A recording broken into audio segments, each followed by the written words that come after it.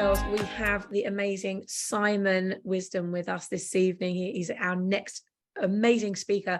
Now, Simon is a qualified transformational coach. He's an international speaker, and he's a specialist in coaching 35 plus married men, as in their age, who are facing separation or divorce, to rescue their relationship by regaining the essence of who they are in all areas of their life. His Men's Marriage Rescue Remedy course helps men facing their own relationship challenges to fast track the work that he did after his own breakup of his marriage many years ago. And he's now on a mission to create a global movement that reframes modern masculinity away from the toxic reduction that we've seen around the world of recent years. This guy's on a mission. He's building a global movement. Give it up for the amazing Simon Wisdom. Simon, hey, Sammy, how are you? Hey. Hi, how are you doing? So good to have you here. Thank you for dropping in at one. Thank you for having me. Thank you for having me. Simon, I just have witnessed so much growth in you, just even in the time that we've known each other, which is actually only about 3 or 4 weeks. And I've already seen the growth in you and how you're taking your mission and your message out to the world. For those that don't know about this mission and this message, tell us, why did you get into doing what you're doing? Wow. Well, I think let's start back a long time ago. I think I've always been in the business of business, and I had an entrepreneurial mindset and always wanted to kind of change things within organizations and liked fixing broken things. But as I owned my own business and kind of progressed, it became challenging around money, around all the things that you kind of see, and I realized that through stress burnout that I needed to change my life. So I stepped away from that company and then started another journey in the large corporate world, as we all do, and thought I was going to change the world there. But one thing that business that I was in left me with kind of values and boundaries and a real sense of identity of who I was and what I wanted to do. And I took that into the corporate world. And what it did was enable me to kind of challenge the status quo sometimes. I remember leaving 2 companies in short succession because I couldn't live my values of transparency, of honesty, of the ability to nurture teams and be, kind of not autocratic, but be collaborative with them. And so that kind of shaped things. And so I started to realize that these values and boundaries were allowing me to play bigger and not smaller. And then 10 years later, I had another stress burnout because I'd forgotten my boundaries again. I had forgotten to boundary myself around work, to place those things in the right place. And I allowed myself to work 16 hours a day, 7 days a week for a large corporate that took that out of me. And I allowed that to happen. It was nothing to do with them. But that also coincided with the breakdown of my marriage. So I remember sitting there and hearing the message, I love you, but I'm not in love with you. And it felt like my world fell apart. So I went on another journey of discovery to understand what was boundaries and what was values all about, and where did that take me. And it was actually a friend of mine who kind of hit me over the back of the head, not literally with a 4x2 piece of wood, that actually made me realize that I had lost my own identity. I had lost the sense of who I was. I had not been boundaried around the things that were important to me in my personal life. And so it wasn't actually her fault. She is a wonderful woman. And we had fallen out of love because I had lost my sense of my own true identity. And so that took me on another journey to learn what was going on, to be coached, to become a coach, to coach other men through the same situation. And so now I really, really enjoy coaching other guys through the same things. And my program is a reflection of all the balance of all the information I've learned, but also the same patterns that exist for other guys.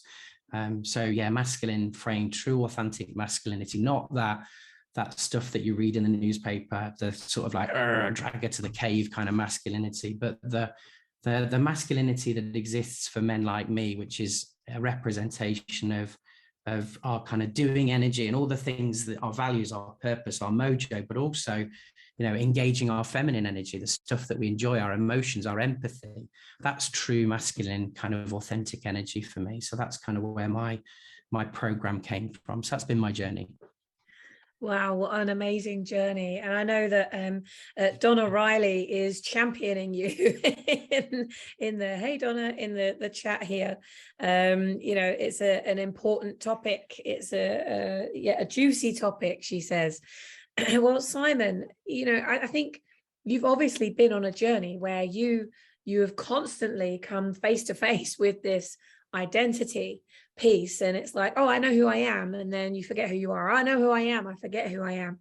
And stepping into the world of a business, and then going into from an employee to a business owner, and then that being married and being part of that, and then not being part of that anymore, and it's kind of shaking you up to create the kind of birthing of this amazing movement that you're building now. Mm-hmm. And obviously you realized that you were too valuable to continue playing small. And in your case, one of those things that was playing small was not bringing that feminine masculinity into what you were doing. And of course, that's now a big part of what you are teaching, and how you're evolving your brand and what you're doing with these amazing men that you're working with. I think what's wonderful is you're actually going out there trying to save marriages. You're not going out there saying, hey, you're divorced, woohoo, let's get, you're actually on a mission to support people to not get as far as it went with yourself, where it ultimately ended up with the destruction of your marriage. I know that Jan has a similar story, actually. We'll be hearing from him shortly. So you realized you were too valuable to play small. How can our ripple makers and brand builders and change makers within the One Drop Movement community recognize that in themselves? How can they stop playing small? How can they step into their own power?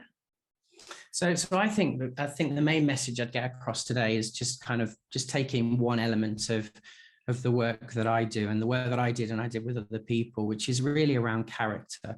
So what do I mean by character? I mean our own unique brand, our identity, the values and the boundaries that exists for us.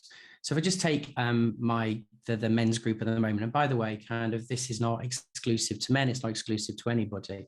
But the problem I found was that, these guys had a really good work brand identity, and it was building over time. So their values and their boundaries existed. They made a mistake like I did. They reestablished themselves. They moved on to a new place of work, or went to work for themselves, and they reestablished themselves and got back in integrity with themselves. So their character and their brand builds over time. What I was finding with the men I was working with, and myself as well, is because the stakes are so much higher in the relationship, in the marriage. It's one family unit, it's one home. Actually, we struggle to stick by those kind of boundaries and the values. We give up on them. For happy wife, happy life is one of the sayings you hear over and over again. And it goes both ways, by the way. I'm just working with men.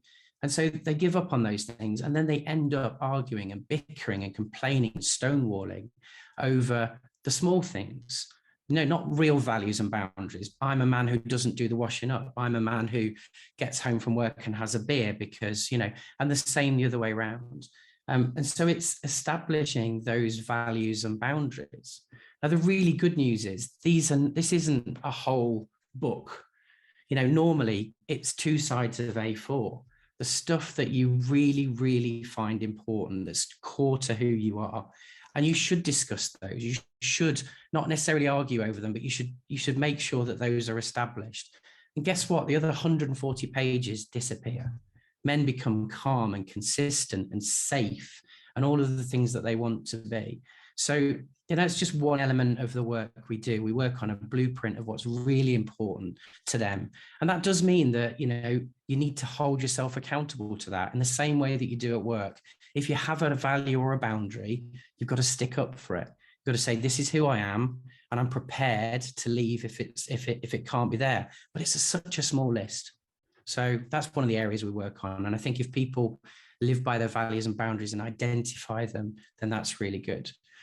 So a quick exercise, if I may. So yes, I think yes. if in but the by chat, the way, just before we dive into that, Just so I can do a little check-in with everybody in the chat.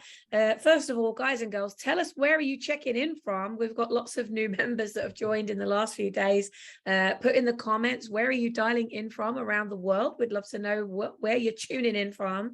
And also, is any of this resonating with you so far? Have you found a similar experience? I know that I'm hearing a lot of the things you're saying, Simon. I'm like, yes, yes, yes. And I can recognize that in, my first marriage, and then to a certain extent, it, really being responsible, Alka talked about being responsible and accountable. It's also being responsible and accountable to ourselves, but not in a physical way necessarily. What you're doing is saying, let's do that in an emotional way. So actually this session so far is bringing those two things together. Let's just have a look at the chat here. Oh, brilliant. Okay. Well, welcome everyone who's joining in, tuning in. Woo, we've got people from all over the world. Welcome, welcome. All right, Simon, let's dig in. Guys and girls, are you ready? Give me a hashtag ready if you are ready to dive into an activity with Simon. So I've got two questions. One's around your work life and one's around your personal life. And just to be clear, a value is I'm a person who expects this of themselves. And a boundary would be, I am a person who expects this of other people, to be in my close circle, in my life, to work with you, to be my wife, to be my friend, whatever. So you don't have to necessarily come up with somebody, but I just want everybody to just in the chat to score 1 to 10 in terms of how they would relate themselves in their values and their boundaries to where they are at work. And also in the chat, once they've put that number, if it's any less than 10, what would make it a 10? Question number 1. All right, so give us first of all put a 1 before it so we know that it's a question number 1 when you're putting your answer in the comments. And if you could just repeat that first question for us, Simon. Yeah, just give us a mark out of 10 for how you kind of identify your own score on your values and boundaries in your work. You might run your own business, you might work for somebody else, you might have multiple jobs, but in terms of where you are today, how valued and boundaried are you, and how does that kind of determine your life? And if it isn't a 10, what needs to change? Interesting. So I know that there's quite a few of our Ripple makers whose one of their highest values is freedom. So that'll be interesting to score out of 10. How is your life reflecting that? And your boundaries around your work? Your highest value is freedom, and yet you're working till 10 o'clock at night with no freedom. It'd be very interesting to see what those scores are. Definitely strong in values and boundaries for Donna. Yes, I would say so. You are a living, breathing embodiment of that, my friend. Yeah, Anya, Tim, hello. Kay, hello, Jacqueline. Good to see you all. Simon Turner's watching. Hey, Simon. So, okay, let's move on while we get all the answers for question number 1. Let's go to question number 2. This is the bit that I'm really interested in. So I'd like you to do exactly the same. And I'd like you to do it for your personal character, your personal brand. So this is the things that you do, the values and the boundaries you hold dear for yourself and for others in those friendships and those close relationships, and maybe with your partner. You don't have to give us too much detail around all of that. But again, score it. I'm interested to know if it's a lower score, if like the men that I work with whether they've kind of got high values and boundaries in their work, but their score absolutely dips when it comes to home. And again, just give us one thing that you would either need to change, like to change, or you think would be groovy to have. Brilliant. All right, so guys and girls, get those answers in there. Because of time, we're going to move on, but still take the time to reflect. It might be that, guys and girls, you need to come back and reflect on those questions and come back and put your answers in there a little bit later. So Simon, let's move on to the next one. I've got only got 2 questions. I've only got 2 questions. Okay, yeah. Awesome. Okay, well, very important questions, guys and girls. Make sure you do answer them, because that's going to be very telling. And actually, I think something that's really important, Simon, and I'm sure you'll agree with this, from a brand building perspective, it's important that as the leaders, that every single person is within this environment, in this community, everyone is a leader in some way. And people are watching you, people are modeling you. And if you're up at all hours and you're doing these things, what is your family seeing of you? What do they look at? Do you think that, do you tell everybody you're a business owner, and yet people are watching you and going, oh, I don't think I want to be a business owner if that's what it looks like. So it's very interesting to just take that moment, that 7 seconds of silence, to really question, if I were to look at myself as a model of successful business, successful life, successful relationship, and having all of the things that I want to have in life, then score that out of 10. Yeah, that's so true, isn't it? How does that score? And if there is that, yeah, if there is that I think this is a brilliant process that you've got us started on there, Simon, which will be very telling. Thank you. Yeah, it's really good. I'm enjoying working with the guys, and also this.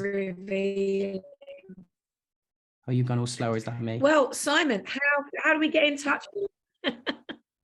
That's okay. I think we just got a little dip. We got a little glitch, didn't we there? Well, I did this end, so apologies for that. You can, I've got to set up a brand new brand and Facebook page, which is called Noble Men, and I'll post that through to you guys. Or you could just find me, Simon Wisdom, in Facebook. There's not a lot of wisdoms around, so you can find me there and connect with me there. Be glad to talk to anybody. Be great. Amazing. Well, guys and girls, if you go up to the members tab at the top of the One Drop Movement Facebook group, you can find Simon in there. Make sure you connect. Simon has a mission, he has a voice, he has a message. If any of you have a show, or you know somebody that does have a show and they're looking for somebody to represent the male side of things, there's a lot of women who are bringing this topic from the female perspective, but it's really interesting to hear what you've said tonight, Simon, and I think that's a message that will be very interesting in a lot of women's communities as well, to interview you from that side of things. So thank you so much for dropping in with us this evening, Simon. Really appreciate you. Thank you, Sammy. Love it. Brilliant. Amazing. Thank you, everybody.